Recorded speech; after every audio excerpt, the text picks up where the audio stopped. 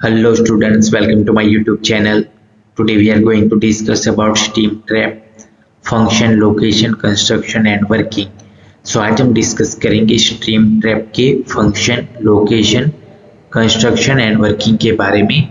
So without wasting much time, let us start this video.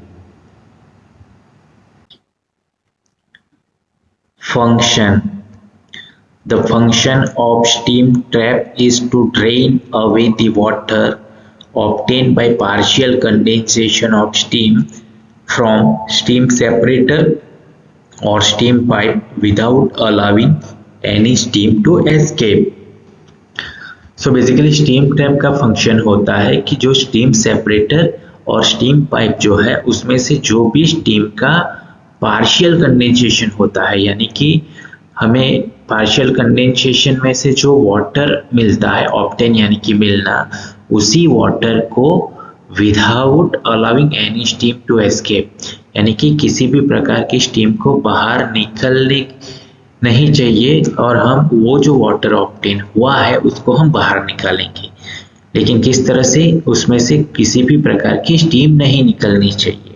So simple इसका function है कि steam separator और steam pipe में से जो भी स्टीम का पार्शियल कंडेंसेशन होता है, यानी कि आंशिक संघनन होता है जिससे हमें वाटर ऑब्टेन यानी कि प्राप्त होता है, उसी वाटर को हमें क्या करना है, ड्रेन अवे यानी कि निकालना है. लेकिन उस वाटर को हम निकाल लेंगे तभी किसी भी प्रकार की स्टीम एस्केप यानी कि बाहर नहीं जानी चाहिए. Location. It is installed in steam pipe after steam separator and near to steam turbine in such a way that condensed water flows to it by gravity. So basically steam trap का जो location है वो steam pipe के अंदर होता है, लेकिन steam separator के बाद और स्टीम टरबाइन के नज़दीक उसको लोकेट किया जाता है, जिसके थ्रू क्या होगा कि जो कंडेंस्ड वाटर है, यानी कि वाटर का जो कंडेंसेशन होता है, यानी कि संघनित पानी का जो फ्लो होता है वो ड्यू टू ग्रेविटी यानी कि इट बाय ग्रेविटी, गुरुत्वाकर्षण के कारण इसकी ओर प्रवाहित होता है. Construction. So over here you can see the figure of the steam trap. It consists of a bucket which is fitted with spindle at its center. So यहाँ पे आप देख सकते हो, ये जो आप दिख रहे हो वो है बकेट, जिसके साथ यहाँ पे स्पिंडल अटैच किया गया है सेंटर में. ये लाइन आप देख रहे हो स्पिंडल, तो ये बकेट है and this is the spindle.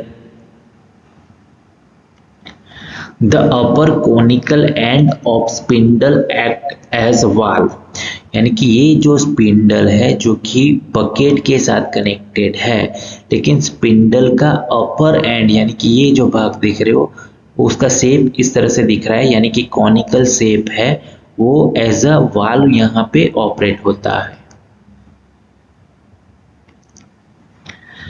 A guide pipe is fitted inside the chamber which has an outlet at its top.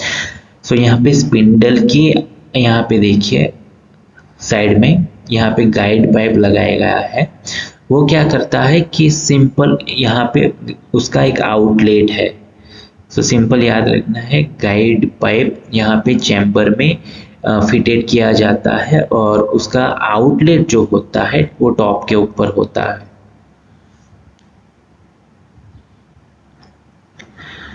This outlet open or close by the valve which moves downward or upward with spindle, यानी कि हमारा जो ये आप देख सकते हो guide pipe था उसका यहाँ पे ये ओपन है, लेकिन यहाँ पे स्पिंडल का जो अपर पार्ट है जिसको हम बोलेंगे कॉनिकल एंड है, वो क्या होगा, मूव करेगा अप एंड डाउन, जिसके थ्रू क्या होगा, ये ओपन और क्लोज होगा यहाँ पे उसका रास्ता.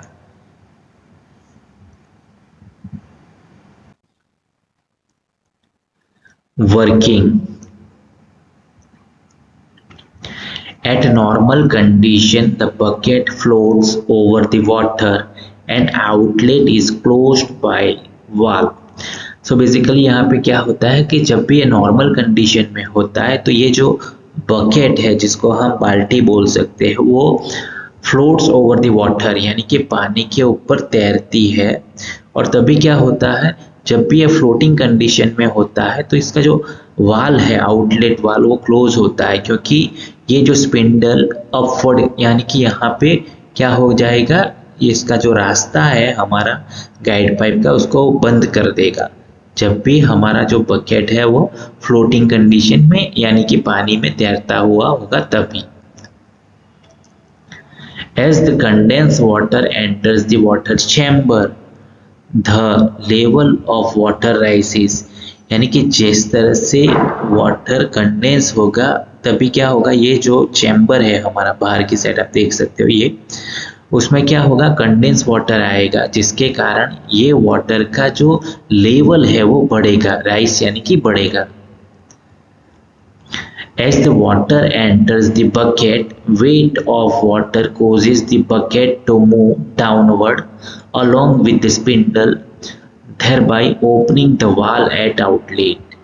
So यहाँ पे क्या होगा कि जैसे जैसे यहाँ पे कंडेंस वाटर का लेवल इंक्रीज होगा, ये वाटर कहाँ पे जाएगा, इस बकेट में चला जाएगा, जिसके कारण ये जो बकेट है उसका वेट इंक्रीज होगा यानी कि वो मूव करेगा डाउनवर्ड डायरेक्शन में यानी कि नीचे की तरफ। तभी क्या होगा, यहाँ पे देखिए स्पिंडल बकेट के साथ अटैच है तो ये स्पिंडल भी नीचे की तरफ मूव होगा, तभी ये जो वाल है वो ओपन हो जाएगा।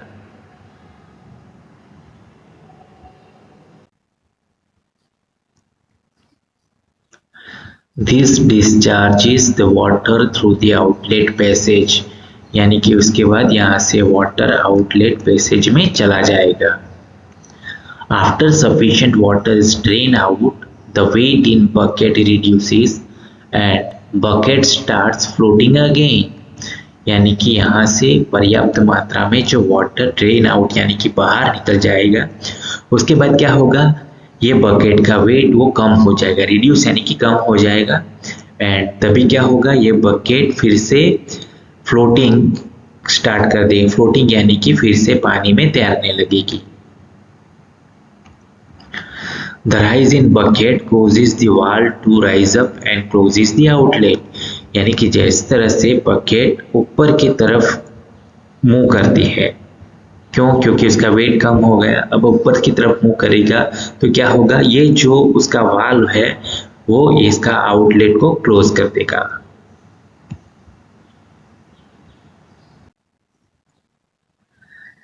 Thank you for watching. Like, comment, share and subscribe to my channel.